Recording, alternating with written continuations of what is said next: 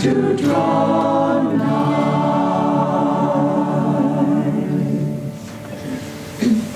Special welcome to any of our guests and to those watching online on the internet. My name is Nayaswami Pranava, and this is Nayaswami Parvati. I got that, it's good. This week's topic from Rays of the One Light with commentaries on the Bible and the Bhagavad Gita is, did God create the universe or become it? Truth is one and eternal. Realize oneness with it in your deathless self within. The following commentary is based on the teachings of Paramahansa Yogananda. The Gospel of St. John in chapter 1 contains a passage that explains the essential truth that creation is a process of becoming. The universe is not separate from God the Creator, but a part of Him, even as our own dream creations during sleep are figments of our consciousness. God's is the life, God's the reality. Not a melody could be composed, not a poem written, were the melody and the poem not already there, simply waiting to be expressed. In Him was life, and the life was the light of men. And the light shineth in darkness, and the darkness comprehended it not. Ego-directed desire is like static. It distorts the radioed messages of the infinite. But the pristine impulse from the divine, undistorted by limitation and delusion, is the life that gives rise to all that is. As the 7th chapter of the Bhagavad Gita states, I am the fluidity of water. I am the silver light of the moon and the golden light of the sun. I am the Om chanted in all the Vedas, the cosmic sound moving as if soundlessly through the ether. I am the manliness of men. I am the good sweet smell of the moist earth. I am the luminescence of fire, the sustaining life of all living creatures. I am self-offering in those who would expand their little lives into cosmic life. O Arjuna, know me as the eternal seed of all creatures. In the perceptive, I am their perception. In the great, I am their greatness. In the glorious, it is I who am their glory. Thus, through Holy Scripture, God has spoken to mankind. Om, Om, Om.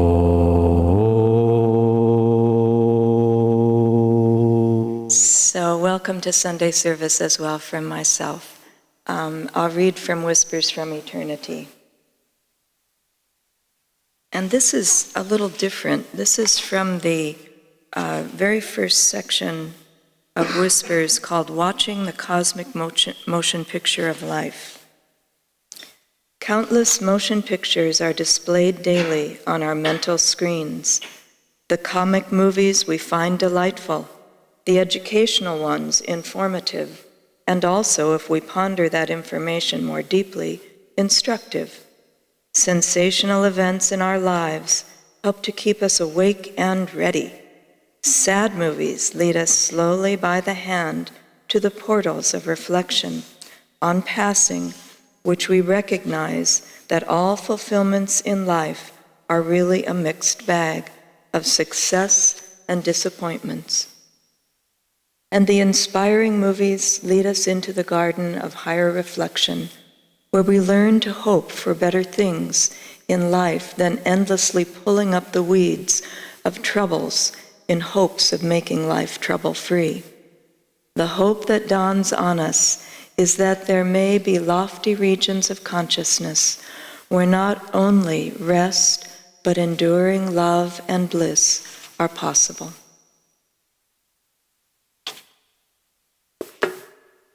So this topic is a very interesting one, and I find that particular passage in the Bhagavad Gita just beautiful, poetically beautiful. I am the fluidity of water, etc. And I think maybe toward the end of what I'm going to talk about, we'll do that as a little meditation because it's so very beautiful. And the Bhagavad Gita, for however esoteric it it gets always is inviting us warmly to really understand. And if you read this is from chapter 7, you can find it there, of the Gita itself.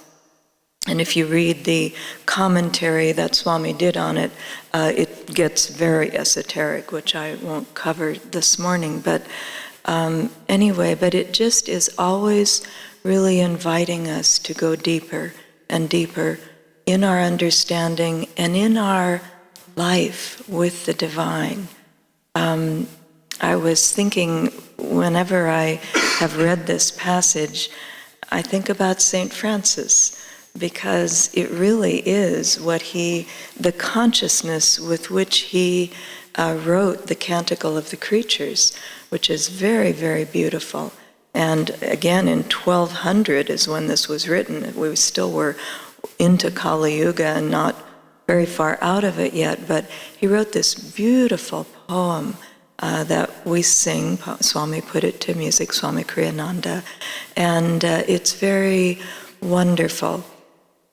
St. Francis also, we were fortunate enough to be living in Assisi, Ananda Assisi, in 1989 and 90. And Swami Kriyananda came, and in the spring of 1990, we had a pilgrimage come from United States. All of the communities came, and it was a big group, and we went to many of the places sacred to St. Francis, not only in Assisi, but La Verna and Florence, Firenze. And I remember walking the streets with Swami Kriyananda as we were talking about what the life of St. Francis was about. And also, before that, he would give a class about St. Francis. And it was very, very helpful, because at the time that Francis came, the consciousness of people was very materialistic. And Francis, as Swami Kriyananda said, was probably the most exalted, the most famous, and just the highest evolved saint in all of Christendom. So his consciousness was extremely high and subtle. And so the things that he talked about kind of got translated down into what people could understand. And so the Canticle of the Creatures comes to be that, oh, Francis loved the sun and the moon and the stars, and isn't that nice? And, I mean, most people, myself included, are not philosophically oriented, but if you just play that out a little bit, it's like, well, are you worshiping the sun and the moon and the stars? What happened to God in all of that? But actually, Swami, when we were with him, he said, and he said it very strongly, he said, St. Francis didn't love the birds. He loved God, and he saw God in everything. And that is like a 180-degree shift of how we view things, how we see things.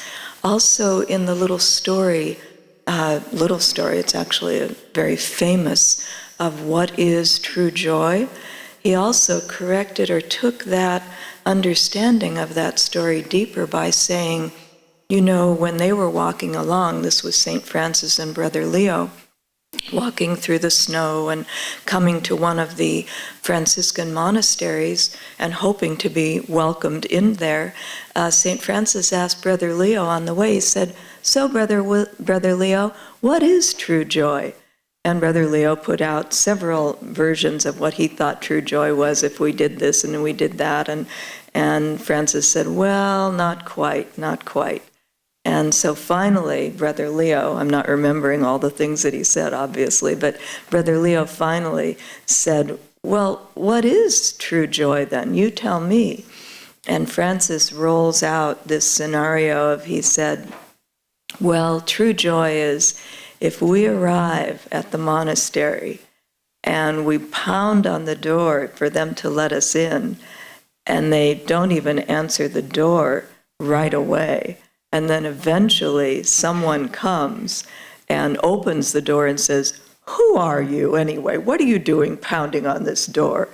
And not only that, this shuts the door, and then they pound again, and then they open the door the second time and beat them and toss them into the snow as though they never knew them and treat them extremely rudely. And Francis said, if in that time, all during that time, we maintain our inner joy, therein lies true joy. So it's not, and it kind of got translated over the years to, well, because we were beaten and we were fine with it. But it isn't that. It's more subtle than that. It's that we have inner joy, and if we can keep it, no matter what happens outwardly, then there is the perfection of true joy. So it's they're subtle things, but they take it deeper, and they translate into all of us today and our lives today. I was looking at a little cartoon from the New Yorker that had God depicted as Swami Kriyananda used to make fun of always, the long robe and the long white beard, and he's standing and he's dipping one of those little plastic things into a bubble jar and then taking it out and going, and out come worlds. Solar systems, worlds. This is God creating the world. And so, which is actually probably what some people think. I don't know. But at any rate, it's much harder to depict what it really is. And luckily we have Yogananda and Avatar coming and saying what the scriptures of India actually talk about. And that is that you have this vast, unmoving, completely still consciousness, not a being, not a person, but a consciousness that, and it answers the question of today's topic, that takes a portion of itself and sets it into vibration, into movement. Just a portion.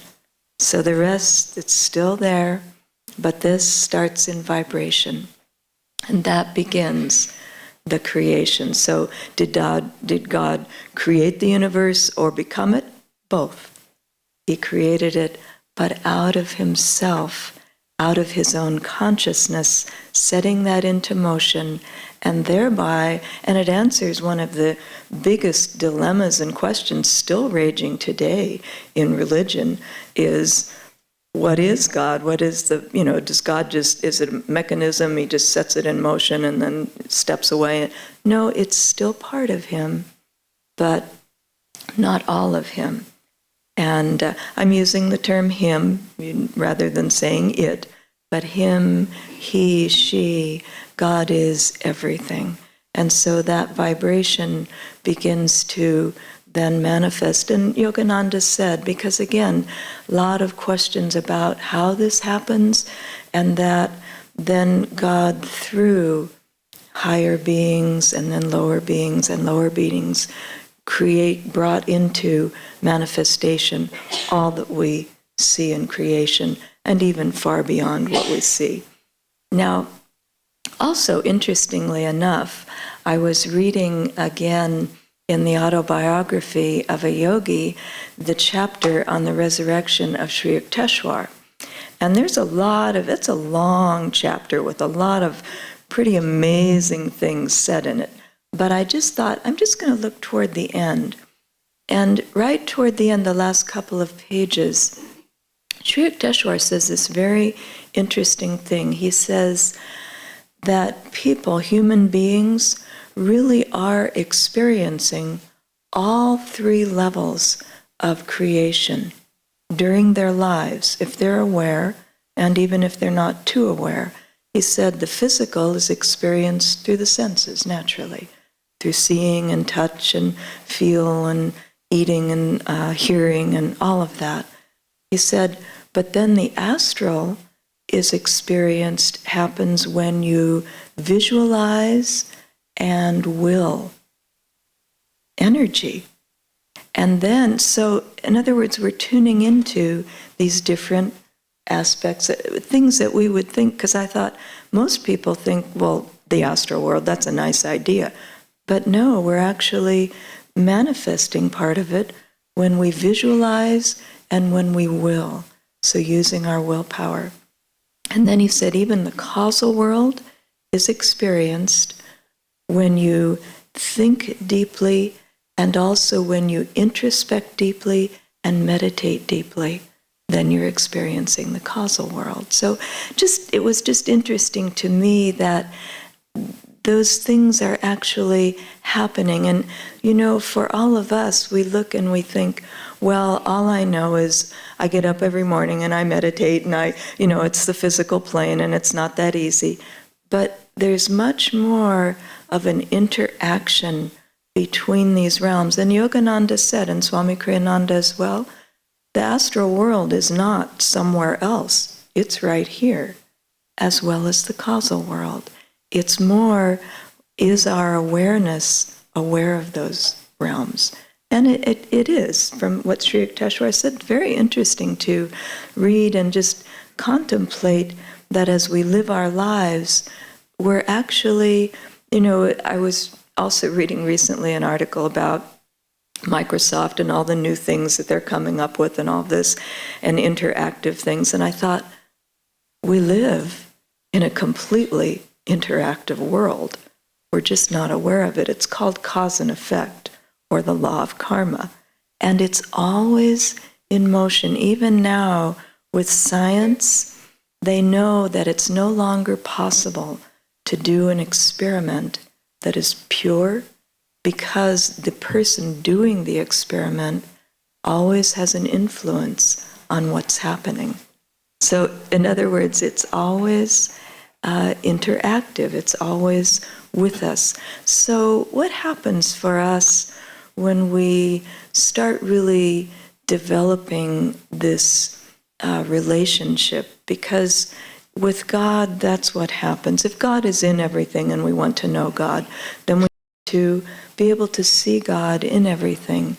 And to do that, we have to put out energy to develop a relationship. We have to love, we have to want, we have to desire that to happen.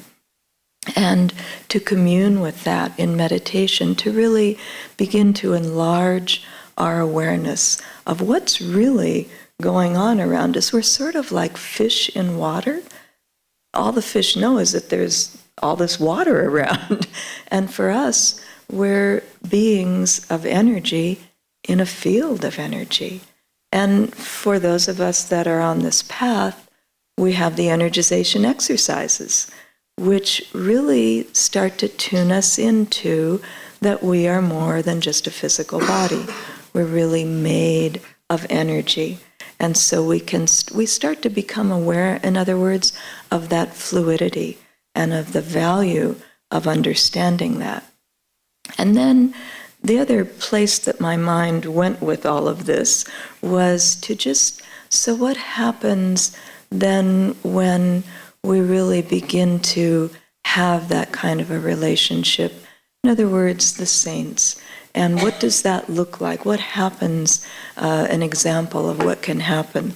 And I happened to pick up a book that I very much enjoy, which is a biography of Padre Pio, written by a Protestant minister, and very, very nicely done. But there was and Pranaba and I, when we lived in Italy in 89 and 19, we were able to go down to Padre Pio's and meditate there. It's in a very remote area of Italy. It's about maybe 100 miles east of Rome, and it's called the Gargano. It's a very rocky, arid, poor to this day area of Italy. And Padre Pio spent pretty much his entire adult life in a monastery in that area. He didn't travel. Once he went there, he didn't go out. They were more of a cloistered order, the Capuchins. And so he never went out, and he could see, because the way that people interacted with him was through confession. And so he heard a lot, and he knew people. in the area. He was very much aware of what was going on. And people, it's said actually in this book in the very beginning of the 1900s, which was a little before he came there, that that area of Italy was poorer than any area of India ever was. It was just absolutely dirt poor, dirt being the operative word there. But at any rate, he saw how people suffered and just how very poor they were, and really fed them spiritually. His presence in that area was an incredible blessing. But all this to say that in the late 1930s, maybe early 1940s, he decided that he would build a hospital. And so, here he is. He's someone who does not travel. The area is very, very poor. There were a number of people that would come to visit him, mainly from throughout Italy. Other than Italy, he really wasn't known. But what happened in the 1940s was World War II. And you would think, well, that really put a damper on building a hospital, because Italy was very, a lot destroyed and a lot of destruction just throughout the whole country. But interestingly enough, in 1943, in the middle of the war, when the Italian campaign started to happen, the Germans were still not wanting to leave, but that particular area, the Gargano, the American army came in and took it over immediately. And so there was like this protection around that whole area, not just that area, but close by they were bombing like crazy and all of that. But it did two things. One, there was some protection there for the area, and Padre Pio, people would come during the war and ask him, and the reason I'm saying all of this is he was totally attuned to Christ, so he was working with God in everything he did. And so people would come and ask him, well, will my hometown be saved? Will I be saved? What about my brother? And he would give very true answers. No, your brother will die. You won't see him again. Yes, this one will be saved. Your town, Foggia, which was only 25 miles from San Giovanni Rotondo, where the monastery was bombed, completely destroyed. It was a big railway center, and so they had to destroy it because it was being used for bad things. But at any rate, what that did was it, one, protected the area, the American army being there, and this was unusual. Didn't happen right away for the rest of Italy. And then it also brought all these Italian-American soldiers into Padre Pio's little realm there. And they met him, and the way, again, that people saw him was going to confession. Well, he only spoke Italian.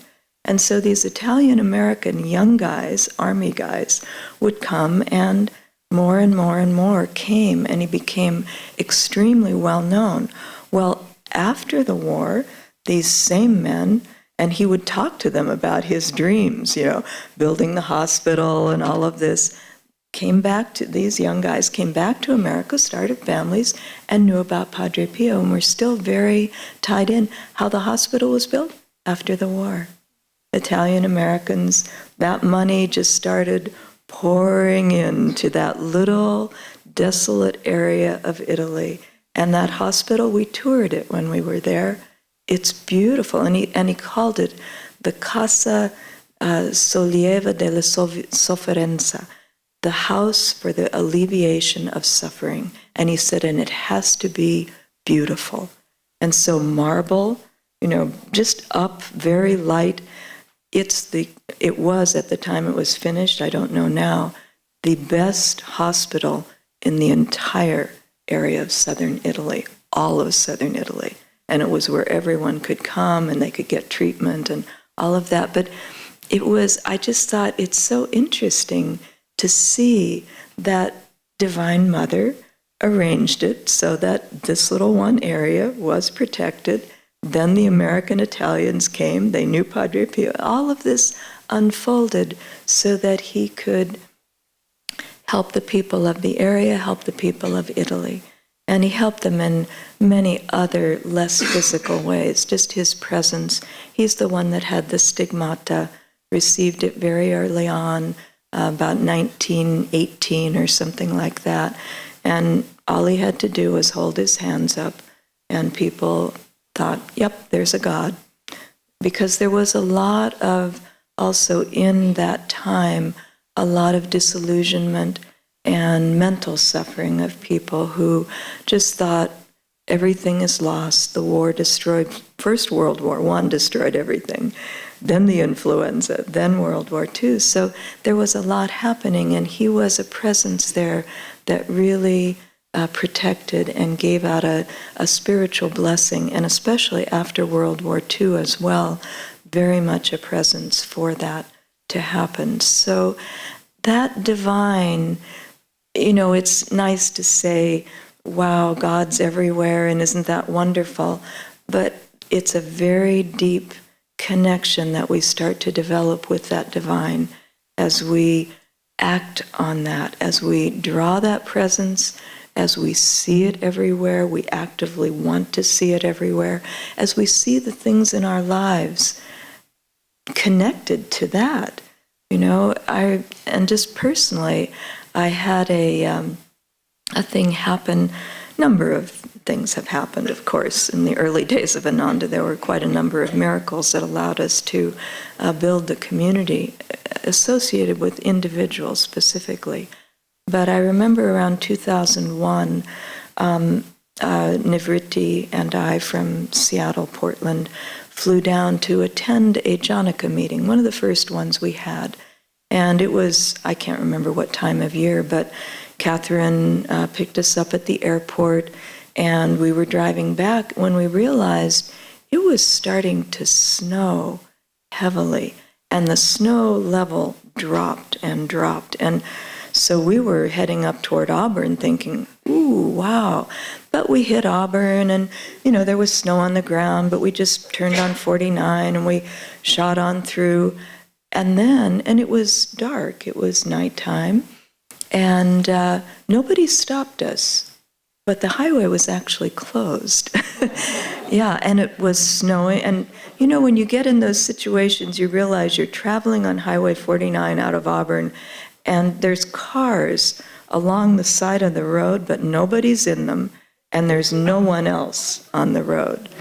And it's not easy to turn around and go back either, it's so we just thought, Nivritti, Catherine, and I just formed this little kind of a bubble. Om, om, om. Go, Catherine, go, you can do it. And we just kept going, and it was like, wow, are we really going to make this, or are we going to get off into a ditch with nobody around? But we just kept going, and I could feel, again, because all three of us really were in it, that was holding us. And I said, don't look around, just keep going, and don't stop. If you stop, you're dead because of the hills. So anyway, but we made it all the way to Grass Valley, and then someone was there to meet us and take us on further, who had a better vehicle for doing that. But you just find that divine presence, because it's both outside of creation, but very much part of creation. And so it's at work for us as we draw on it, as we call on it, as we look to it for our support and our sustenance. So let's end this talk by, I'd like to read again. So sit up and close your eyes, and I'd just like to read again that beautiful passage from the Bhagavad Gita. And try to visualize it as I read, that this is the actual reality of God's presence in the universe. I am the fluidity of water. I am the silver light of the moon and the golden light of the sun. I am the Om chanted in all the Vedas, the cosmic sound moving as if soundlessly through the ether. I am the manliness of men. I am the good sweet smell of the moist earth. I am the luminescence of fire, the sustaining life of all living creatures. I am self-offering in those who would expand their little lives into cosmic life. O Arjuna, know me as the eternal seed of all creatures. In the perceptive, I am their perception. In the great, I am their greatness. In the glorious, it is I who am their glory. This is an excerpt from the Canticle of the Creatures that St. Francis wrote and that Swami Kriyananda put in music that Parvati was just referring to.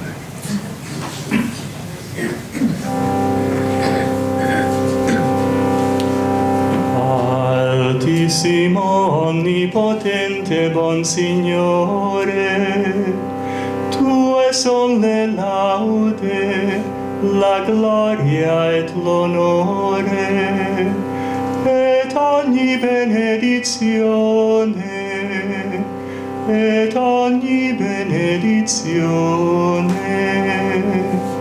a te solo se confanno, et nullo homo è degno denominarte.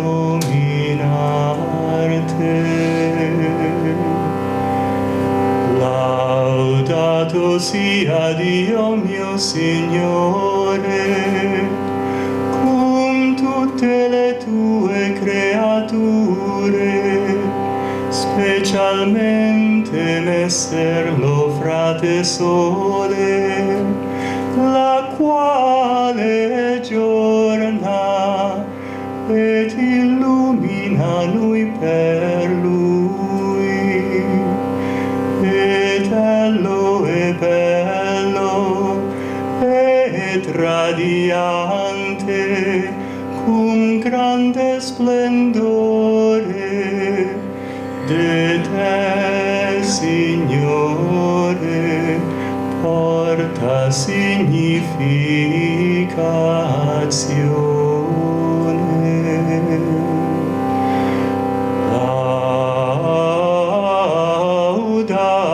Laudato et benedicite mio Signore, et regratiate et servite a Lui cum grande humilitate, cum